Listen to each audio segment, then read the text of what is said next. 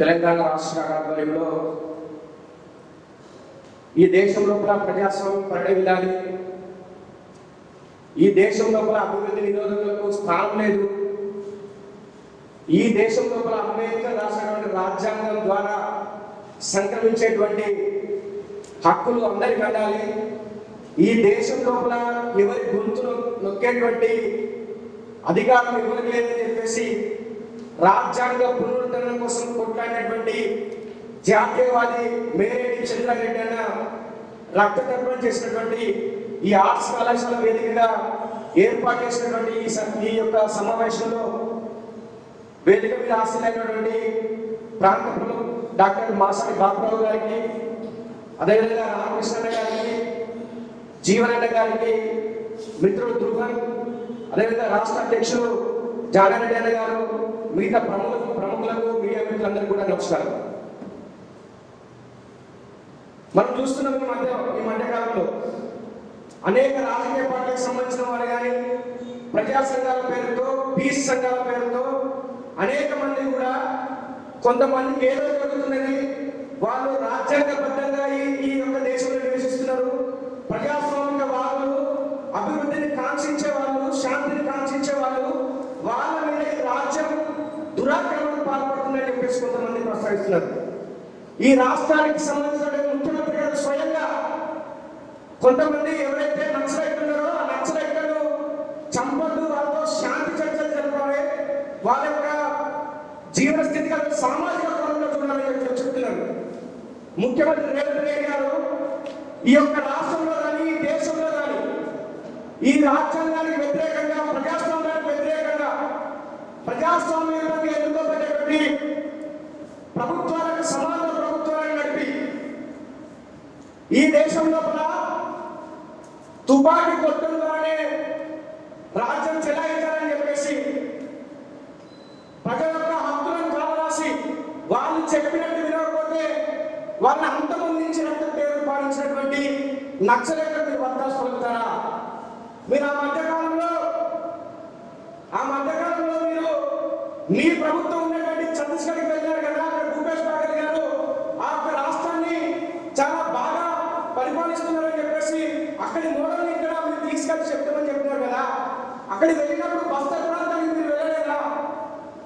అక్కడ మహేంద్ర కర్మగారు అని చెప్పేసి ఒక ఆదివాసీ నేత తన కుటుంబంలో 20 మందిని కోల్పోయినటువంటి నేత 1991 సంవత్సరంలో జనజాగరణ అభియాన్ కార్యక్రమాన్ని తీసుకొని ఈ ప్రజాస్వామ్య వ్యతిరేకమైనటువంటి, రాజ్యాంగ వ్యతిరేకమైనటువంటి, అభివృద్ధి నిరామకులైనటువంటి నక్సల్స్ వ్యతిరేకంగా జనజాగరణ కార్యక్రమాన్ని చేపట్టింది కదా, మరి వాళ్ళ కుటుంబాన్ని ఎందుకు అడగలేదు, ఎందుకు నువ్వు నక్సలైట్ల వ్యతిరేకంగా ఈ కార్యక్రమాన్ని చేపట్టమని చెప్పేసి ఈ మహేంద్ర కర్మ గారు 2003 నుంచి 2008 సంవత్సరం వరకు ఆ ఛత్తీస్గఢ్ ప్రభుత్వంలో ప్రతిపక్ష నేతగా ఉంటే, అక్కడ పాలకపక్షంగా బీజేపీ పార్టీ ఉంటే 2005 సంవత్సరంలో సల్వాజుగం అనేటువంటి ఒక దళాన్ని ఏర్పాటు చేసి ఈ నరాంతక నక్సలైట్లకు వ్యతిరేకంగా గిరిజన యువకులతో ఒక దళాన్ని ఏర్పాటు చేసాడు. మరి ఎందుకు వ్యతిరేకంగా ఏర్పాటు చేసినని చెప్పేసి స్టడీ చేస్తే బాగుంది కదా.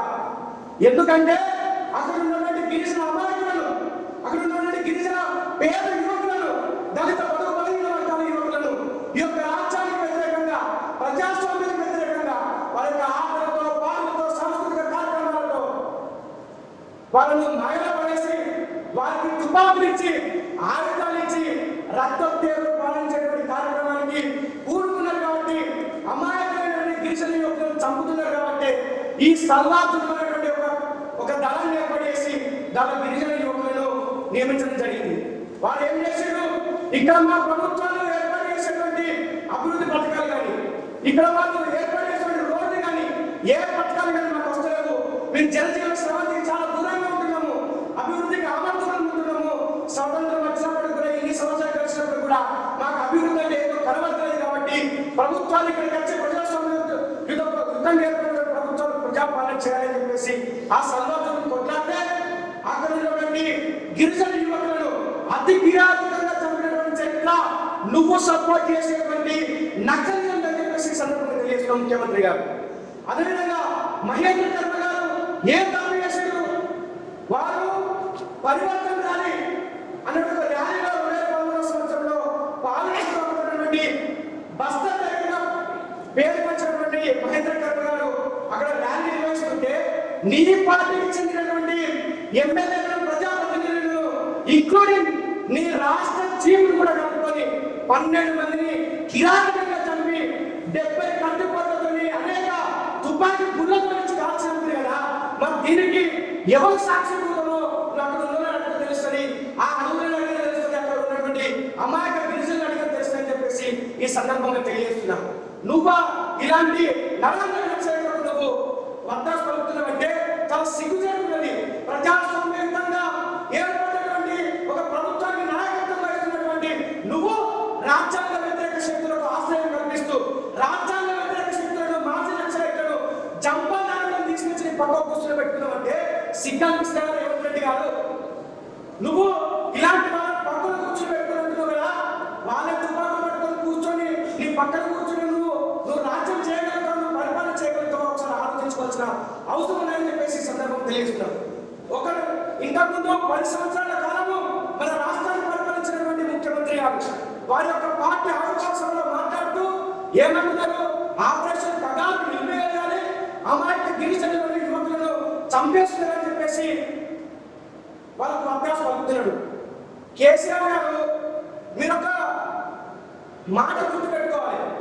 ఇక్కడ ఉన్నటువంటి అనేక మంది ప్రజాప్రతినిధులను చెప్పినటువంటి, ఇక్కడ ఉన్నటువంటి అనేక మంది గిరిజన నాయకులను చెప్పినటువంటి, ఇక్కడ జాతీయవాదం కోసము ప్రజాస్వామ్య పునరుద్ధరణ కోసము ప్రాణాలు అర్పించినటువంటి అనేక మంది ఉన్నారు కదా, వారి యొక్క కుటుంబాలను కలిసి వాళ్ళతో మాట్లాడుతూ తెలిసిన వాళ్ళ భాగంలో.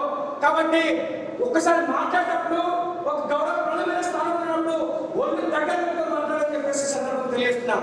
ముఖ్యమంత్రి గారు కానీ ప్రతిపక్ష నేత కేసీఆర్ కానీ ఖచ్చితంగా ఈ యొక్క తెలంగాణ సమాజంలో మావోయిస్టు ప్రభావిత కుటుంబాలకు వాళ్ళకు సాగిన పడే క్షమాపణ చెప్పాలని చెప్పేసి ఈ రౌండ్ టేబుల్ సమావేశం సందర్భంగా నేను డిమాండ్ చేస్తున్నాను రాష్ట్ర కార్యదర్శిగా. నక్సల్స్ పెట్టింది పేరు, అదేవిధంగా ఎక్కువ మంది గ్రామీణ పేద మధ్యతరగతి విద్యార్థులు ఇక్కడ చదువుకుంటున్న సందర్భంలో ఈరోజు సమాజంలో మేధావులుగా చలేమని అవుతున్న అనేక మంది అకాడమిషియన్స్ ఇక్కడ ఉన్న విద్యార్థులకు ఆ యొక్క సిద్ధాంతాన్ని నీరుపోసి అడుగులోకి పంపిస్తున్న సందర్భంలో మావోయిస్టుకు అడ్డగా ఉస్మానియా యూనివర్సిటీ, కాకతీయ యూనివర్సిటీ, అదేవిధంగా మాసోటెక్ పాలిటెక్నికల్ కాలేజీ అనేక కళాశాలలో కూడా ఆ రోజు మావోయిస్టు బారిన పడి అనేక మంది విద్యార్థులకు అడుగులో పోతున్న సందర్భంలో విద్యార్థి పరిషత్ అనేక మంది తల్లులకు రోజున కల్పిస్తున్న సందర్భంలో ఆ యొక్క మావోయిస్టులు ఇక్కడ నుంచి విద్యార్థులు తీసుకుపోతున్న సందర్భంలో వారిని అరికట్టి ఈ యొక్క విద్యార్థి పరిషత్తు ఉస్మాన్ యూనివర్సిటీ కానివ్వండి మిగతా యూనివర్సిటీలో అడ్డుకట్ట వేసిన ఘనత విద్యార్థి పరిషత్. ఆ సందర్భంలో మనందరూ కూడా తెలుసు, మేరెడ్డి చంద్రారెడ్డి గారు, కృష్ణవర్ధన్ రెడ్డి గారు ఇదే యూనివర్సిటీలో కోల్పోవడం జరిగింది. మిత్రులారా, నేను ఎందుకు చెప్తున్నంటే ఇప్పుడున్న జనరేషన్లో చాలా మార్పులు జరిగే సమాజంలో ఇది హైటెక్ యుగం. దాదాపు దేశంలో అన్ని గ్రామాల్లో కూడా అన్ని పట్టణాల్లో కూడా ప్రభుత్వానికి సంబంధించిన ప్రజలకు సంబంధించిన అవసరాలు తీర్చే వ్యవస్థలు ఏర్పాటు చేయడం జరిగింది. ఈ సందర్భంలో కూడా ఇలాంటి హైటెక్ యుగంలో కూడా ఈరోజు మావోయిస్టులు ఇప్పటి కూడా హింసను చెలరేగుతూ హింస ద్వారా అనేక మంది ఆదివాసులను అనగాహన వర్గాలను చంపుతూ వారిని ఇన్ఫార్మేట్ల పేరు మీద చంపుతూ తమ యొక్క పబ్బం గడుపుకుంటున్న సందర్భంలో ఈ మధ్యన రీసెంట్ కూడా మనం అనేక ఇన్సిడెంట్లు చూసాం. సుక్మా ఇన్సిడెంట్ కానివ్వండి, అదేవిధంగా గచ్చిబౌలి ఇన్సిడెంట్స్ కానివ్వండి, అదేవిధంగా ఈ మధ్యలో మనం ఆదిలాబాద్లో కూడా మహబూబాద్ ఏరియాలో కూడా టీచర్ని కూడా చంపడం జరిగింది. కాబట్టి ఈరోజు చాలామంది మేధావులు చెలామణి అవుతూ శాంతి చర్చలు రాజ్యాంగం ప్రకారం చంపే హక్కు ఎవరికి ఉందని ఈరోజు ప్రశ్నిస్తున్నారు. ఈ సందర్భంగా మనందరం కూడా శాంతి చర్చలకు పోయే మేధావులని చెప్పుకుంటున్న వ్యక్తులకు మనందరం కూడా ఒకటే ఒక క్వశ్చన్ వేయాలి. రాజ్యాంగం చంపమని ప్రభుత్వానికే కాదు నక్సలైట్ కూడా హక్కు ఇవ్వలేదు. రాజ్యాంగబద్ధంగా ఈ యొక్క దేశంలో నివసిస్తున్న ప్రతి పౌరుడికి జీవించే హక్కు పోలీసులు కానీ కామన్ పబ్లిక్ కానీ అందరూ కూడా ఇచ్చింది. అదే హక్కు మీకు కూడా ఇచ్చింది. కానీ మీరు తుపాకీ పట్టుకొని ఈరోజు సంపన్న ఎక్కడ కూడా ఏ రాజ్యాంగం చెప్పలే, ఏ ప్రభుత్వ వ్యవస్థ చెప్పలే, ఎవరు కూడా చెప్పలే. కాబట్టి విద్యార్థి పక్షాలు గతంలో కూడా మనందరూ తెలుసు, తెలంగాణ సమైక్య ఆంధ్రప్రదేశ్ గవర్నమెంట్ 2004 అక్టోబర్లో శాంతి చర్చలకు పిలవడం జరిగింది. శాంతి చర్చలో పిలిచిన తర్వాత ఇక్కడున్న కొంతమంది మేధావులు, మావోయిస్టులు, అదేవిధంగా ప్రభుత్వం ఉన్న పెద్దలు శాంతి చర్చలు నిర్వహించారు. కానీ తదనంతరం తమ యొక్క రిక్రూట్మెంట్ పెంచుకొని అనేక మందిని బలిదానం, అనేక మందిని చంపిన చరిత్ర నక్సలైట్ది. అదేవిధంగా ఇప్పుడు ఏదైతే తెలంగాణ గవర్నమెంట్ ఉందో రేవంత్ రెడ్డి గారు ఇది గుర్తుంచుకోవాలి. ఇదే కాంగ్రెస్ గవర్నమెంట్ ఉన్నప్పుడు, చిదంబరం గారు హోమ్ మినిస్టర్ ఉన్నప్పుడు 2013 అనుకుంటా మేబీ గ్రీన్ హంట్ అనే ఆపరేషన్ స్టార్ట్ చేసిండు. ఆ యొక్క చర్యల కాంగ్రెస్ ప్రభుత్వం కూడా ఈ యొక్క నక్సలైట్ గట్టిగా అల్టిమేట్ వీళ్ళందరూ కూడా అభ్యర్థి నిరోధకులని ఆ రోజు కాంగ్రెస్ ప్రభుత్వం చెప్పింది. కానీ ఈరోజు ఇదే తెలంగాణ గవర్నమెంట్ శాంతి చర్చలను ఉత్తాస పలుకుతూ ఈరోజు నక్సల్స్ వేరువేతలో నక్సల్స్ శాంతి చర్చలు జరపాలని వీళ్ళు కూడా భాగస్వామి లేదు. కాబట్టి ఈరోజు ప్రభుత్వానికి ఏం డైరెక్షన్ ఇస్తుందని ఈరోజు మనం రేవంత్ రెడ్డి గారిని ప్రశ్నించాల్సిన అవసరం ఉంది. మిత్రులారా, వాళ్ళందరినీ కూడా బహిరంగంగా వాళ్ళందరూ కూడా రోడ్ల మీద వచ్చి బహిరంగంగా మాట్లాడుతున్నా కానీ ఈరోజు చట్టాన్ని లెక్క చేయకుండా వాళ్ళు చెప్తున్నారు అంబేద్కర్ ఫోటో పెట్టుకొని అంబేద్కర్ మార్గంలో నడుస్తున్నాం, అంబేద్కర్ రాజ్యాంగం ప్రకారం నడుస్తున్నారంటే వాళ్ళ దగ్గర ఈరోజు ఆన్సర్ లేదు. ఈరోజు కంప్లీట్ గా ఈరోజు రాజ్యాంగాన్ని అవమానపరచడం అంటే ఈరోజు డాక్టర్ బిఆర్ అంబేద్కర్ గారిని అవమానపరిచినట్టే. ఈరోజు నక్సలైట్లు, కమ్యూనిస్టులు ఇష్టానుసీకృతిగా వ్యవహరిస్తున్నారంటే వాళ్ళ యొక్క జులుం నడుస్తుంది. ఈ కాంగ్రెస్ ప్రభుత్వం వచ్చిన తర్వాత వారి యొక్క స్వేచ్ఛ ఇష్టానురీతిలో పెరిగిపోయింది. అది అక్కడ చాలా మంది పోలీసులు వస్తున్నారు, సిఆర్పీ జవాన్లు చనిపోతున్నారు, సామాన్య ప్రజలు చంపుతున్నారు. కానీ కంప్లీట్ గా కగౌరవ అనేది కంప్లీట్ బంద్ చేయాలి. అంటే ఎడిపోతుంది సమాజం, అర్థం కాకుండా ఉన్నది. మానవత్వాన్ని మర్చారు. మానవత్వం అనేది లేకుండా ఈరోజు కంప్లీట్ గా ఈరోజు మావోయిస్టులు ఇష్టానురీతిగా విద్యార్థులను చదువు దూరం చేసే ప్రయత్నం తప్ప మరొకటి కాదని, దానికి అన్నిటి కూడా కంప్లీట్ గా ఈరోజు వ్యవస్థలో మార్పు రావాలి. వ్యవస్థలో మార్పు రావాలంటే విద్యార్థులతో అవుతుంది, అది విశ్వవిద్యాలయాల విద్యార్థులతో అవుతుందని ఈరోజు అఖిల భారతీయ విద్యార్థి పరిషత్ కంకణంగా పనిచేస్తుంది. కాబట్టి విద్యార్థి మిత్రులందరూ కూడా మన మధ్యలో వక్త గారు బాబు సార్ గారు ఇచ్చారు, ప్రతి విషయాన్ని కూడా ఉత్తరంగా మనకు వివరిస్తారు. ధన్యవాదాలు. పనిచేస్తున్నాయి అంటే మిగతా ఇంకెన్ని సంస్థలు మనకు తెలియకుండా ఇంకెక్కడెక్కడ పనిచేస్తుందో ఒకసారి మనం ఆలోచించుకోవచ్చు. కాబట్టి ఆపరేషన్ కంగారు పేరుతో కేంద్ర ప్రభుత్వం వాళ్ళ మీద సాయుధ బలగాలతో వాళ్ళు ఎవరైతే రాజ్యాంగం వ్యతిరేకంగా తుపాకులు పట్టుకొని చేస్తున్న వాళ్ళని నిష్కర్షంగా వాళ్ళని అణిచివేయాల్సిందే. అదే సమయంలో కూడా ప్రభుత్వానికి మనము ఒక సమాజంలో ఉన్నటువంటి ఒక సాధారణ పౌరుడుగా మన రక్షణ కోసం చేస్తున్నటువంటి ప్రభుత్వాన్ని మనం మద్దతు పలుకుతూనే సమాజానికి, రాజ్యాంగానికి వ్యతిరేకంగా వ్యవహరిస్తున్న సమాజంలో ఉండి హక్కుల సంఘాల పేరుతో, యాక్టివిస్టుల పేరుతో పనిచేస్తూ రాజ్యాంగానికి, దేశానికి, దేశ హితానికి వ్యతిరేకంగా పనిచేస్తున్న సంస్థల యొక్క వాళ్ళ యొక్క గుట్టును కూడా బయట పెట్టే విధంగా మనం ప్రయత్నం చేయాలి. ప్రధానంగా క్యాంపస్లలో ఉన్నటువంటి మనందరం కూడా క్యాంపస్ల నుండి జాతి వ్యతిరేక శక్తులుగా, దేశ వ్యతిరేక శక్తులుగా, లేదంటే ఆ సమయానికి వాళ్ళకి ఏ కార్డును తీసి వాళ్ళ యొక్క సింపతిని గెయిన్ చేసుకుని చేసే విధంగా పనిచేస్తున్నటువంటి ప్రొఫెసర్లు కావచ్చు, విద్యావేత్తలు అనుకున్నటువంటి చలామణి అవుతున్నటువంటి వాళ్ళు కావచ్చు, వాళ్ళ యొక్క అసలు గుట్టును బయట పెట్టేసి వారిని సోషల్గా ఎలిమినేట్ చేసినప్పుడు మాత్రమే వాళ్ళని మనము ఈ ఏదైతే వామపక్ష భావదానం పేరుతో జరుగుతున్నటువంటి ఈ కుట్రని మనం బయట పెట్టగలుగుతాము, దాన్ని నిర్వీర్యం చేయగలుగుతాము. వాటి సామాజిక కార్యకర్తగా క్యాంపస్లలో కేంద్రంగా జరుగుతున్నటువంటి ఈ కుట్ర కోణాన్ని, దేశ వ్యతిరేక చర్యల్ని మనము అరికట్టే విధంగా దానికోసం మనము పోరాటం చేయాలి. అప్పుడు మనము ఈ దేశాన్ని వామపక్ష భావజాలం నుంచి వెళ్ళి మనం విముక్తి చేయగలుగుతాము. దానికోసం మనందరం కూడా ప్రయత్నం చేయాలని కోరుతున్నాను. ఇప్పుడు రామకృష్ణ గారు, అదేవిధంగా రాంబాబు గారు, జీవన్ గారు, జీవన్ గారు, అదేవిధంగా ఇతర విద్యార్థి వివిధ విశ్వవిద్యాలయాల నుంచి వచ్చేసినటువంటి విద్యార్థి నాయకులు, అదేవిధంగా మీడియా మిత్రులకు, ఇతర పెద్దలకి అందరికీ కూడా నమస్కారం.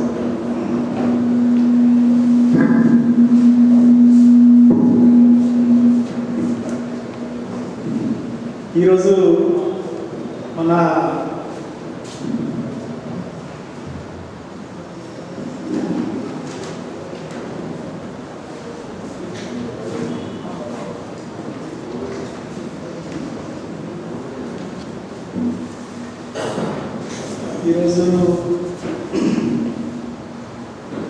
మన టాపికే మానవత్వమా మారణకాండ.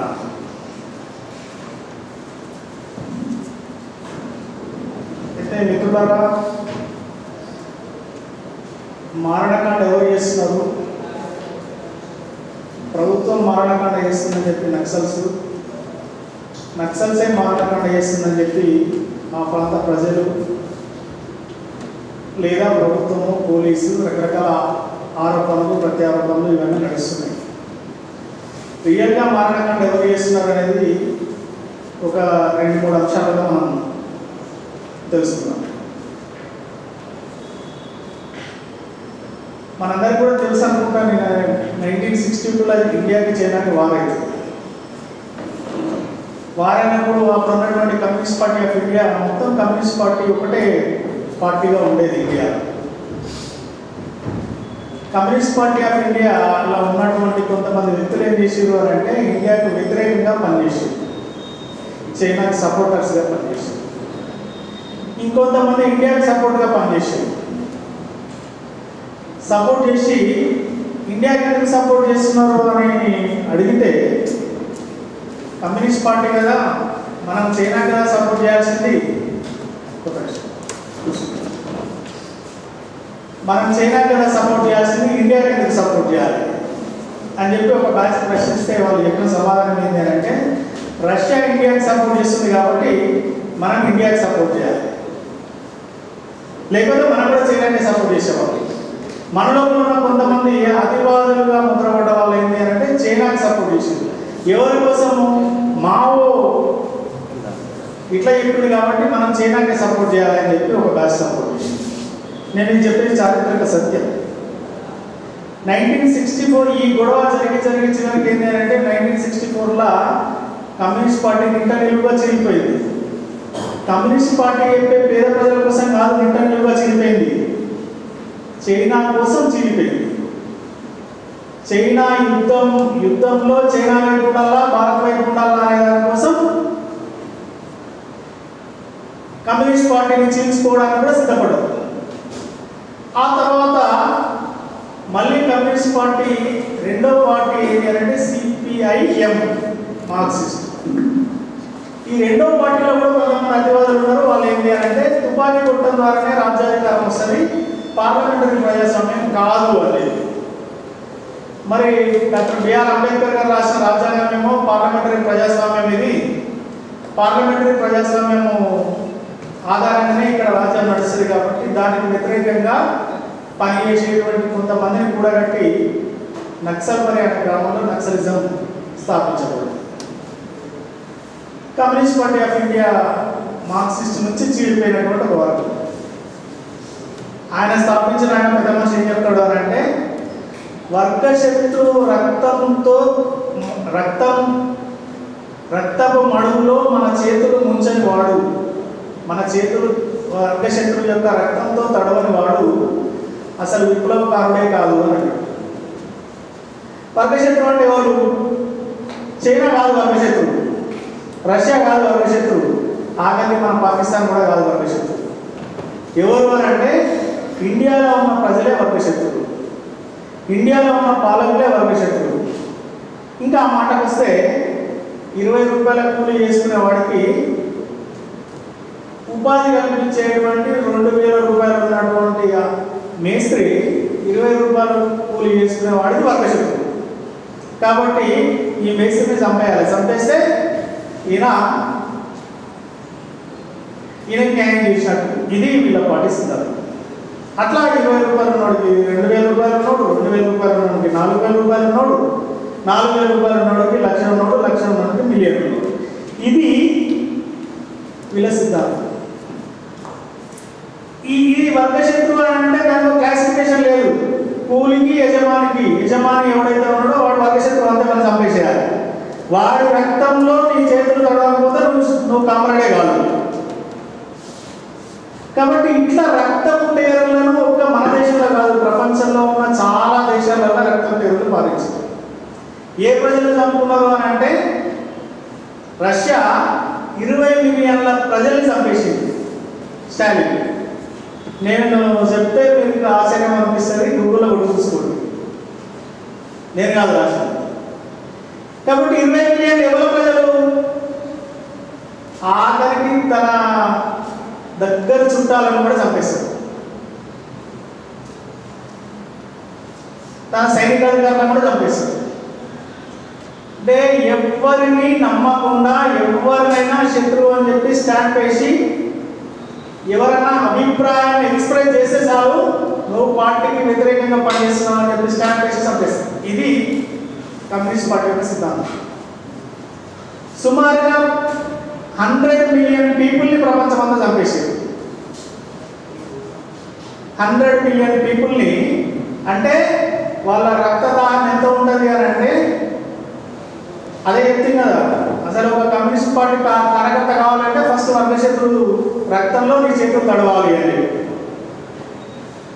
అంతా మరి మన దగ్గర సిపిఐ సిపిఎం దాన్ని ఏమంటాము ఎలక్షన్స్లో పార్టిసిపేట్ చేస్తున్నది అంత సపోర్ట్లే కదా సార్ అని అంటే ఇట్లా పోయి నల్గొండ ఖమ్మం ఇట్లా పోతే మనకు కనిపిస్తాయి స్థూపాలు పెద్ద పెద్ద. ఎంతమంది చంపారు అనేది. అట్లాగే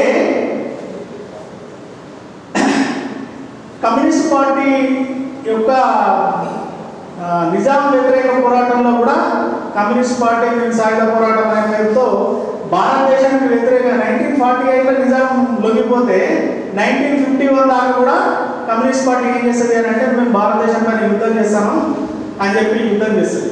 చివరికి ఎవరు ఒప్పుకోమంటే ఒప్పుకున్నారు అని అంటే రష్యా ఒప్పుకుంటే స్టాలిన్ ఒప్పుకోమంటే ఒప్పుకున్నారు. ఆయుధాల పేరు అక్కడ ఆయుధాల పేరు మళ్ళీ 1967లో మళ్ళీ ఆయుధాలు స్టార్ట్ చేశారు. ఆయుధాలు బట్టి ఆయుధాల పరిష్కారము ఎవరినైనా నిర్మూలించాల్సిందే. నిర్మాణాత్మకంగా ఒక్క పని చేసింది మనకు కనబడదు. ఒక బడి కట్టింది కనబడదు, ఒక 10 మందిని చదివించింది కనబడదు, ఒక ఇండస్ట్రీ పెట్టి 4 ఉపాధి కల్పించింది కనబడదు. మీరు ఎంటైర్ చరిత్రలో తీసుకోండి, ఎక్కడన్నా ఈ విధమైనటువంటి అది ఉన్నదా అనేది. 1967లో అక్కడ స్టార్ట్ అయితే 68, 69 ఆ ప్రాంతంలో ఇక్కడ తెలంగాణ కూడా వచ్చింది, శ్రీకాకుళం కూడా వచ్చింది, గుంటూరు కూడా వచ్చింది. అప్పటి నుంచి ఇప్పటిదాకా కనుక తీసుకుంటే తెలంగాణలో సుమారుగా 40 ఇయర్స్ నక్సలిజము. ఒక రకంగా చెప్పాలంటే అధికారంలో ఏ పార్టీ ఉన్నా కూడా గడగడ అనుకుంటూ పరిపాలన చేయాల్సినటువంటి దౌర్భాగ్యకరమైనటువంటి ప్రజలు. గమ్మత్తుగా ఏంటి అంటే నిరక్షరాస్యులు కూడా తనకిష్టమైన అభ్యర్థిని ఎన్నుకునేంత స్వేచ్ఛ ఇక్కడ ఉన్నప్పటికీ ఇంకా స్వేచ్ఛ లేదు. మేము చెప్పిందే స్వేచ్ఛ, మేము చెప్పిందే న్యాయం అని చెప్పి ప్రజాకోట్లు పెట్టి అనేక మందిని చంపినటువంటి సందర్భం మనం చూసాం. కొద్దిగా మీరు వెంట పోయి చూస్తే ఒక ప్రజల చేత ఎన్నుకోబడ్డటువంటి రాజ్య నాయకులు, ప్రజల చేత ఎన్నుకున్నటువంటి పూజారి మాణిక్యం గారు, ప్రజల చేత ఎన్నుకున్నటువంటి దుద్దిరాల వెంకటరావు గారు, శ్రీపాదరావు గారు, ప్రజల చేత ఎన్నుకోబడ్డటువంటి అనేక మందిని, చిట్టం నర్సిరెడ్డి గారు, అనేక మందిని చంపేసుకుంటూ వెళ్ళారు. ఈ ఉస్మానియా క్యాంపస్లో ఒకటే బెంచ్ మీద ఉన్నటువంటి 2 స్టూడెంట్స్ను కూడా ఒకటి 2వ పర్సన్ నువ్వు వర్గశత్రువు మాకు అని చెప్పి స్టాంప్ వేసింది. అట్లా అనేక మంది విద్యార్థులను చంపారు, అనేక మంది విద్యార్థుల పైన కాల్పులు జరిపారు. ఎవరు అంటే విద్యార్థులు, అతి సాధారణ విద్యార్థులు. ఒకటే బెంచ్ మీద కూర్చున్నవాడు ఒకడేమో నక్సలైట్గా, ఇంకొకటేమో మా పార్టీలో పనిచేస్తలేవు కాబట్టి వర్గశివుడు. ఇట్లా స్టాంప్ వేసుకుంటూ చంపేసుకుంటూ వెళ్ళేది. 2004 నాటికి పీపుల్స్ వార్ పార్టీ కాస్త సిపిఐఎంఎల్ పీపుల్స్ వార్ పార్టీ కాస్త ఎన్సిసి సెంటర్లో విలీనమై మావోయిస్ట్ పార్టీగా మారింది. సరే బేసిక్ అయినప్పటికీ ఫైనల్గా చైనా లైన్ అసలు చైనానే మావోయిస్ట్ సిద్ధాంతాన్ని వదిలేసింది ఎప్పుడు అంటే 77లో వదిలేసి పెట్టుబడిదారు సిద్ధాంతంతో పరిశ్రమలు పెట్టేసి అనేక దేశాల యొక్క పెట్టుబడులని పిలిచేసింది. మనకంటే చాలా ముందుగా మనం 91లో అనేక దేశాల నుంచి పెట్టుబడులు రండి అని చెప్పి పిలిచినాం. మనకంటే చాలా ముందుగానే వాళ్ళ సిద్ధాంతాన్ని వదిలేసింది చైనా. అయినప్పటికీ చైనాను ఈ రోజు వరకు కూడా పల్లెత్తి మాట్లాడాలి. చైనాలో బిడ్డలు కనాలి అని అంటే అది బెడ్రూమ్ వ్యవహారంగా, లేకపోతే ఆ దంపతుల యొక్క స్వేచ్ఛ కాకుండా నువ్వు పిల్లల్ని కనాలంటే మా రాజ్యం యొక్క గవర్నమెంట్ యొక్క పర్మిషన్ తీసుకోవాలని అంటే కూడా అది నియంతృత్వంలా కనబడదు. ఇప్పటికి కూడా చైనాలో ఒక బిడ్డను కనాలి అంటే రాజ్యం యొక్క పర్మిషన్ తీసుకోవాలి, స్టేట్ యొక్క పర్మిషన్ తీసుకోవాలి. అది కూడా స్వేచ్ఛ లేని తరంగా కనబడదు. ఇక్కడ అన్ని రకాల స్వేచ్ఛలు ఉన్నప్పటికీ ఎవరినైనా మాట్లాడవచ్చు. ప్రధానమంత్రిని కూడా ఇక్కడ నిల్చొని మనం మాట్లాడగలుగుతున్నాం, ముఖ్యమంత్రిని కూడా ఇక్కడ నిల్చొని తిట్టగలుగుతున్నాం. ఇంత స్వేచ్ఛ ఉంటే కూడా ఆ స్వేచ్ఛను ఒక రకంగా దుర్వినియోగం చేస్తూ, ఆ స్వేచ్ఛను ఇష్టం వచ్చినట్టుగా వాడుతూ, ఇంకా ఇది స్వేచ్ఛ లేదు అని చెప్పి మరి కమ్యూనిస్ట్ పార్టీలో ఉన్నవాడు ఏం స్వేచ్ఛ నడుస్తుంది? చైనా గ్లోబల్ టైమ్స్ అనే పత్రిక ఏదైతే చెప్తుందో అదే వార్త. దానికి మించి ఒక యూట్యూబ్ ఛానల్ కూడా బయటికి వార్తలు కనపడలేదు. మన ఇవాళ ఎన్ని ఛానల్స్ వార్తలు కనబడుతున్నాయి. ప్రధానమంత్రి నరేంద్ర మోడీ, అజిత్ దోవల్, లేకపోతే డీజీఓఎం ఎవరు ఏం చేసిరు, ఏం చేయకపోయినా చేసిరు అన్నట్టు కూడా కూడా వార్తలు చూపించినా కూడా ఆ స్వేచ్ఛ మనం అనుభవిస్తున్నాం. కానీ చైనాలో లేదు స్వేచ్ఛ. ఇదే తెలంగాణ జిల్లాలలో కూడా మావోయిస్ట్ పార్టీకి వ్యతిరేకంగా పల్లెత్తు మాట అంటే వాడిని ఇన్ఫార్మర్గా స్టాంప్ వేసి ప్రజా కోర్టు పెట్టి, ప్రజా కోర్టులో నీకు శిక్ష తప్పదని చెప్పి పోస్టర్లు వేసి అనేక మందిని చంపినటువంటి సందర్భం మనం చూసినాం. ఇది రక్త సింధూరమా, లేకపోతే మొన్న పాకిస్తాన్ మీద జరిగింది రక్త సింధూరమా చెప్పమ్మా. నిన్న మొన్న పోస్ట్ చేసే కదా రక్త సింధూరం అంటే ఇదా అదా? పాకిస్తాన్ పైన జరిగేటువంటి ప్రతి దాడి విషయంలో కూడా ఈరోజు కాదు, మావోయిస్ట్ పార్టీ ఎప్పుడో చెప్పింది. వాళ్ళ సిద్ధాంతం ఏంటి అని అంటే కాశ్మీర్ వాళ్ళు అడుగుతారు కదా ఇచ్చేయకపోయారు అని చెప్పి, కాశ్మీర్నే ఇచ్చేయమని చెప్పి. ఇట్లా ప్రతి విషయంలో కూడా దేశానికి వ్యతిరేకంగా పనిచేస్తూ ఈ దేశానికి ప్రతి సందర్భంలో కూడా తెలంగాణ ఈరోజు అభివృద్ధి చెందినటువంటి తెలంగాణగా, ఎంతో కొంత అభివృద్ధి చెందినటువంటి తెలంగాణగా ఇప్పుడిప్పుడే పైకి వస్తున్నది. ఇప్పుడిప్పుడే ఎక్స్పోర్ట్స్ పెరిగినాయి, ఇప్పుడిప్పుడే ఇట్లాంటి ఇండస్ట్రీస్ వస్తున్నాయి. ఇట్లాంటి సందర్భంలో కొద్దిమంది నిన్న మొన్న గత 15-20 రోజుల నుంచి ఒక శాంతి స్థాపన పేరుతో ఓ బ్యాచ్ జరుగుతున్నది. నా స్ట్రేట్ క్వశ్చన్ ఏంటంటే అసలు శాంతి ఎవరు స్థాపించాలి అని చెప్పి. ఫస్ట్ మీ రక్తదానాన్ని బంద్ చేయండి. శాంతి స్థాపన సంఘాల పేరుతో తిరిగే వాళ్ళ యొక్క రక్తదానం ఉంది కదా, ఆ రక్తదానాన్ని బంద్ చేయండి. మీ రక్తదానానికి చరమగీతం పాడండి. తెలంగాణలో సుమారుగా సివిలియన్స్ సుమారుగా 14,350 మంది చనిపోయారు. ఎప్పటి నుంచి? 70s నుంచి 2004 వరకు. ఆ తర్వాత కూడా చాలా మంది చనిపోయారు.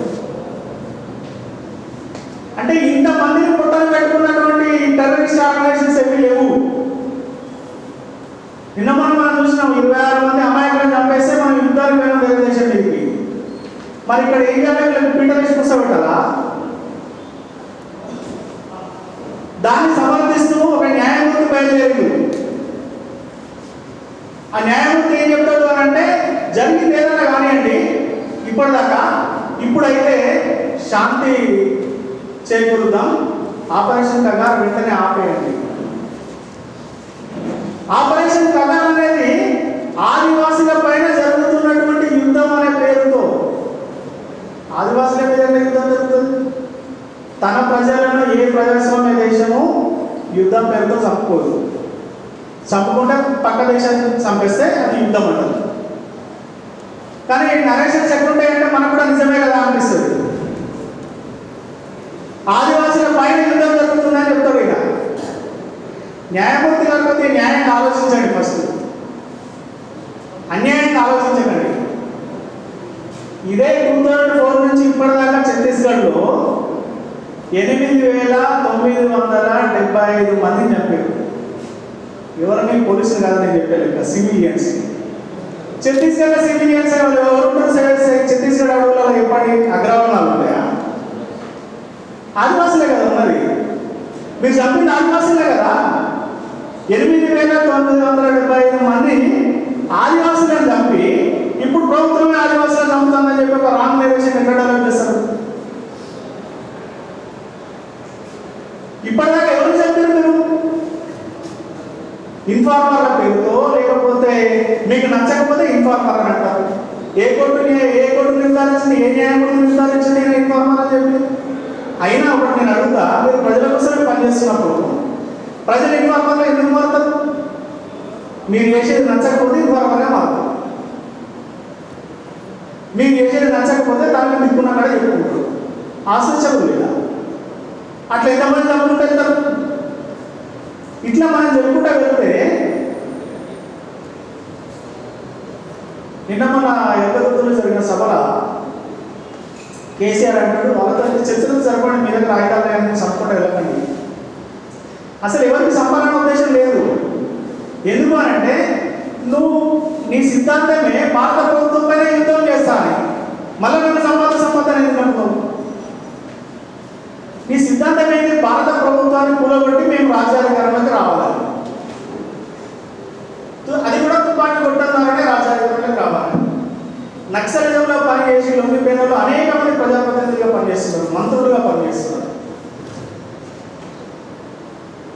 ఇక్కడే పనిచేసిన పీడిఎస్ నాయకులు, ఇక్కడే పనిచేసిన ఆర్ఎస్ నాయకులు అనేక మంది మంత్రులుగా, ఎమ్మెల్యేలుగా పనిచేస్తున్నారు. ప్రజాస్వామ్యాన్ని ఎత్తరబెట్టుకున్నది.